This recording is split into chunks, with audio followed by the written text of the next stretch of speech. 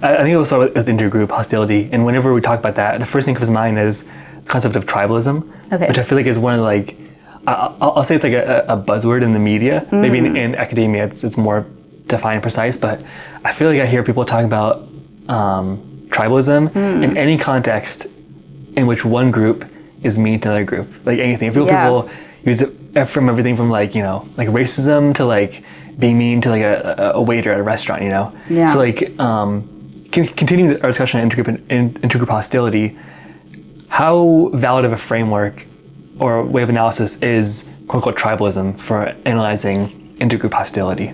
Okay, so there are then two questions that I haven't addressed. One is like, what explains like why some groups, like intergroup hostility, why some groups like go to war with each other, let's say, and then how good of a framework is the term tribalism for that? I think that even in academia, like the word tribalism has kind of waned. We could do like a Google Ngrams and see if that's true. But like actually one of my PhD advisor and one of my colleagues here at Davis, they have a paper from, I think it's like the 90s or early 2000s about human tribal instincts, social instincts. And I think it's not the best use of the word because the word tribe comes like from a history of anthropology in the 20th century trying to understand why we have social organization at different scales. And so we have social organizations sometimes at the state level with a bunch of anonymous strangers that kind of agree to a political source of power, which is the state. We also then, that's a very large scale of kind of groupishness, right? Of potential group identities is like a nation state. And then we also have as humans, like much more commonly and across human evolutionary history, some sorts of loyalties to the people we tend to live with, for example, or a band. And so this term of tribe, I think, was meant, I mean, even different anthropologists mean it, different things by it, but like was meant to refer to something intermediate, something like a cultural group where there's a marking that people recognize as an indicator that you're members of the same cultural group, whether or not you actually know every person individually. And most of the people at this kind of tribal level wouldn't be your close relatives, and they wouldn't necessarily even be people that you're living with. And so it's worth having some sort of language to talk about that scale of organization that's very common in human societies, and that is fundamentally different from chimpanzee social groups.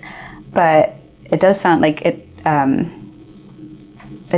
it's being used to talk about a much broader set of social identities, right? And I don't know how useful that is. And I think that part of the reason why people don't like the word tribe is because it also comes from a kind of history of trying to put different societies in kind of different scales of social complexity.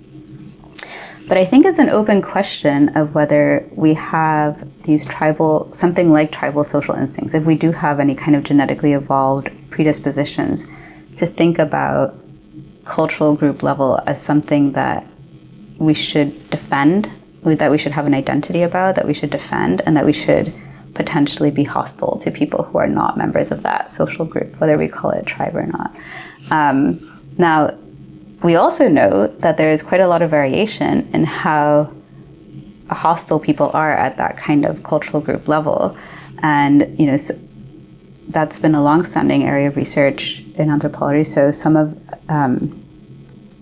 the factors that anthropologists have noted is like the extent to which there's resource scarcity or resources to compete over. But also you need a certain kind of social organization to be able to coordinate a large enough group of people to go be hostile against somebody else. So there is, I think, pretty good evidence that that kind of like hostility, organized raiding or warfare probably became a bigger incentive when you had like more amassing of resources, right? Or the ability to consolidate more resources and levels of political organization that facilitated coordinating a group of people to go get those resources. So that very obviously like increases with food production. But I think there's an open debate about whether foraging communities might have also had surplus resources that facilitated this kind of organized intergroup hostility. So I don't know if we talked about it in this class, but we know that, for example, a lot of foraging communities in the Pacific Northwest that had the ability to capture a lot of marine resources, oftentimes salmon runs and rivers, and then store them, develop kind of hierarchical societies that had political leaders that then did wage war with each other and even had slavery. And those were foraging communities, right? They weren't food producers. And there's a debate about how common that kind of social organization was even deeper in human evolutionary history, because most of the foragers that we see today have been kind of displaced into marginal lands. But that wouldn't have been true in the Paleolithic. Like, they would have had, the world was their oyster, right? They weren't competing with agriculturalists and pastoralists. So it's quite possible that we've kind of had the capacity to wage that kind of intergroup hostility for a long period of time, but probably some of the preconditions are like unequal resources, like the ability to amass resources and the ability to have some level of social or political organization and stratification. You don't have to be that stratified, but some amount of like specialization of roles to be able to coordinate like groups of people to go raid another group. At least that would have increased the incentives. So those are some factors. How it is used in the modern world, I think you should tell me more, because I don't understand why being mean to a waiter would be tribal, unless it's based on some like joint, like some identity that they don't or do share. How is that being used? I think in that example, it would have been like sort of like you're the tribe of these like workers that are here to serve me, and the tribe of like the customer. I've heard it more often, to be fair, I've heard it more often in political contexts, like tribalism in like different political parties, yes. Or tribalism in political beliefs. Yes. But I do feel like I feel like I heard it quite a lot in like the past few years. Yeah. I wasn't sure if it's like overused or if it's a good analysis. So maybe we could use it in a useful way. Maybe there's a better term for it, but I do think there's some value to thinking about. So regardless of whether any kind of tribalism comes from a kind of genetically evolved intuition or kind of a socially constructed, potentially even functional set of norms, I think there could be some use to thinking about how political parties have become tribal. I'm not totally sure about this, but if it's become like, my sense is that when it's used in that context, it's become an important part of people's social identity. They have some sort of way of marking or recognizing like who is in or out of that identity group. And there's kind of like an immediate wariness or potentially a hostility to the other party.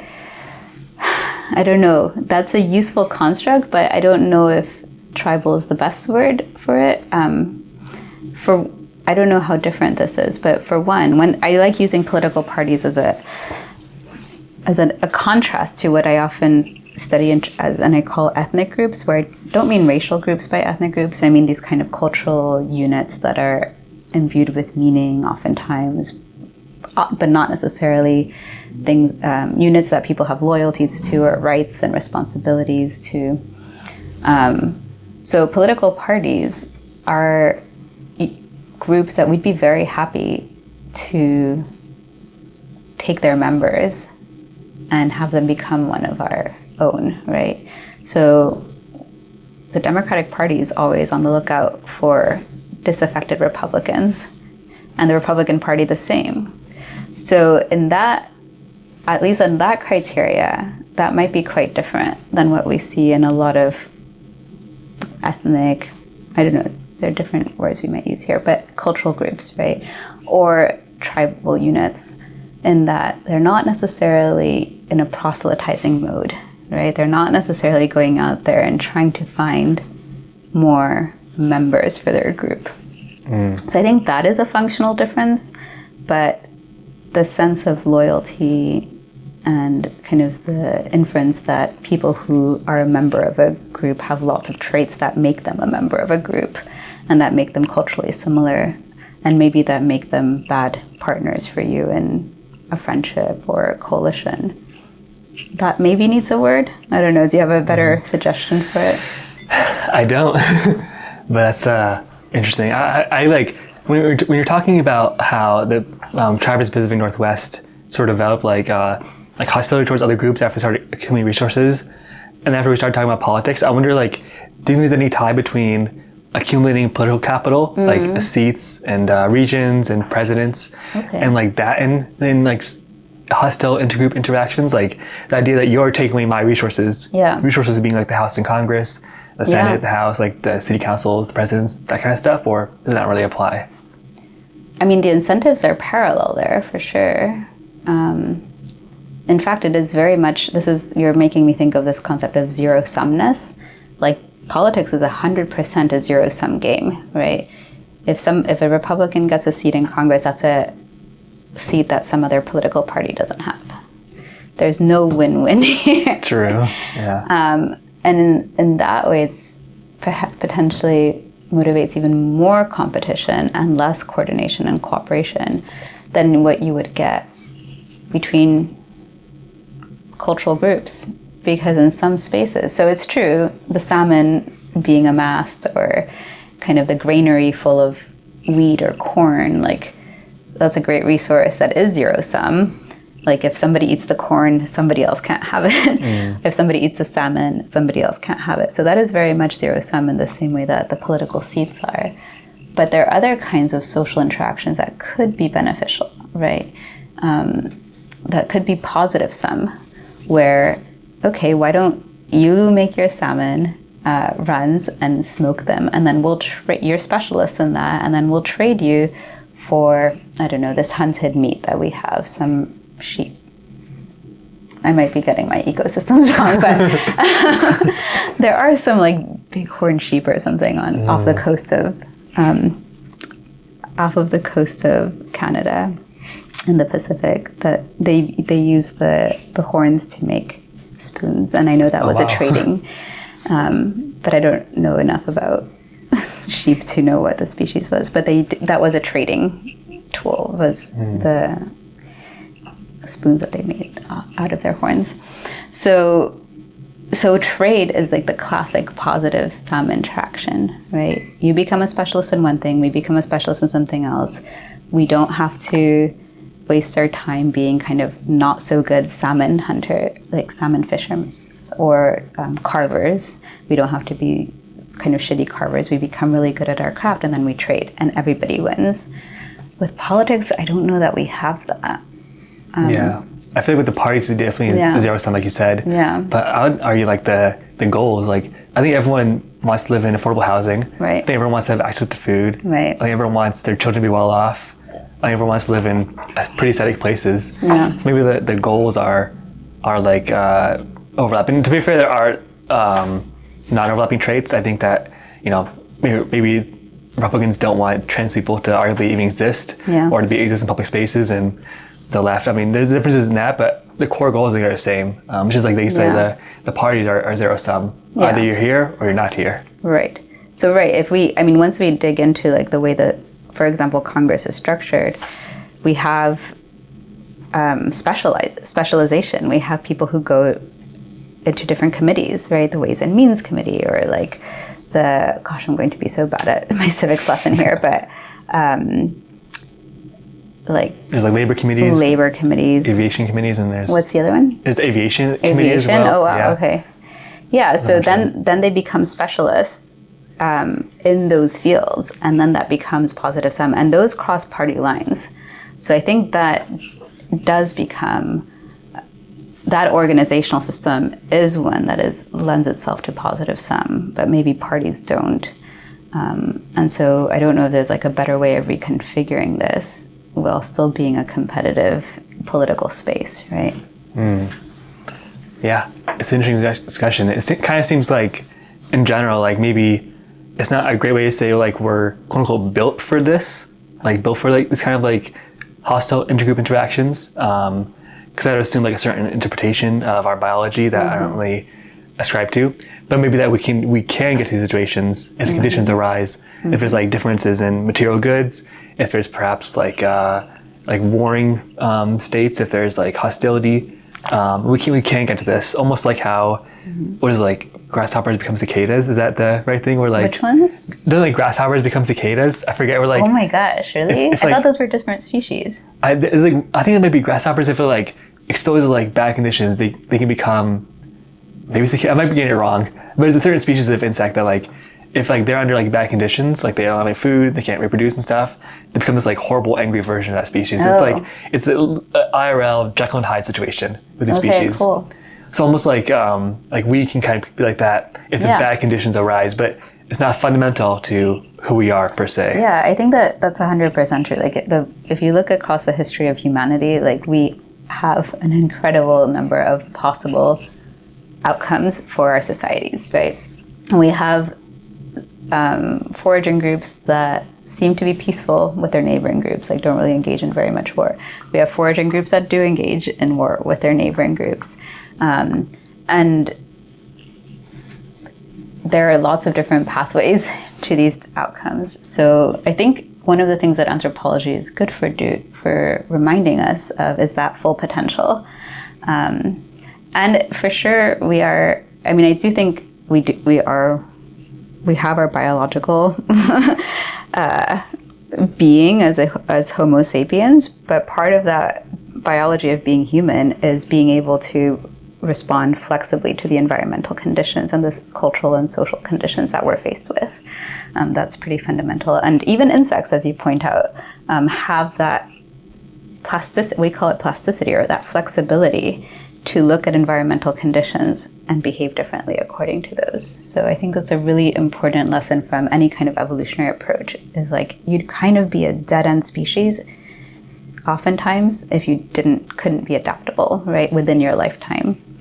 If you just had a fixed trajectory. And there are some species that are more or less flexible, but humans are very flexible. So one of the biggest things about us is we adapt and we take in a culture so well, you know? Like babies taking in things immediately, you know? Right. And the fact that any baby can learn any language when they're growing up shows how flexible we are, you know? All of us can be speaking a completely different language if that's just what we grew up with. Exactly. Yeah. It's such a good lesson as well. And so then to me, the question, if we want to think about how we would want to change our world, is like, how do we change cultural systems? Which doesn't make it any easier, right? Like, it's true, if you got to like be a mad scientist or a mad dictator and like control all of the children early on in their life, then we could make them do a lot of different things. But that's not how our societies work. So, you know, once a society is stuck, sorry about that. That's okay. Once a society is kind of going in a particular cultural trajectory or has a certain set of cultural institutions and norms, I think, you know, the big picture question for all of us in the social sciences is thinking, well, then how do we change that if we want to? Or are we happy with the status quo? Yeah. Yeah. There are a bunch of different ways that I think that you can approach that. Like a materials perspective could be like, make sure everyone has resources, you know, so there's no other competition over resources, you know. And in the modern day, competition over resources might be in the form of like housing, you know. People not getting housing or getting enough money to survive. So some kind of like redistribution or equitable distribution might alleviate that. But yeah, I mean, I think that at least the 20th century history of the West does suggest that xenophobia does tend to like spike up when we have these moments of inequality or economic hardship. And that to me, I think a lot of people just recognize that and kind of take it for granted. It's like obvious when people are dealing with harsh conditions, they try to find a scapegoat. I think that's a huge puzzle, actually. Like, I think it requires more theorizing and thinking about like, why would that be? Like, because oftentimes what we find is that it's not, so we call them scapegoats for a reason, because it's kind of like a misdirected attack. And so anytime, this is another thing that I think being an evolutionary social scientist, like we bring to the table, is often thinking like, well, if we're thinking that it's kind of a misdirected source of a kind of aggression or not grounded in reality, then how did we get there, right? Like, why are people prone to, or why do they willingly accept those narratives?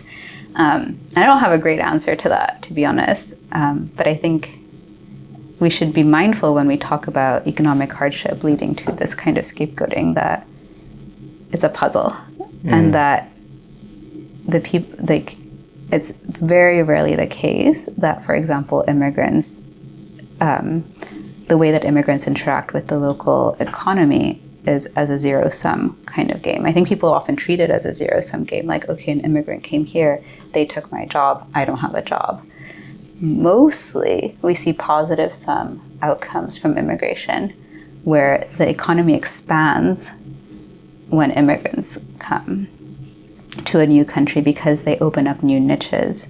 This is a very silly example, but when Southeast Asian immigrants started coming in larger numbers to the US, one of the niches that opened up is nail salons being much more affordable for everyone. Yeah. So that was, maybe we take it, I think I a bit take it for granted that everybody can go get their nails done quite cheaply.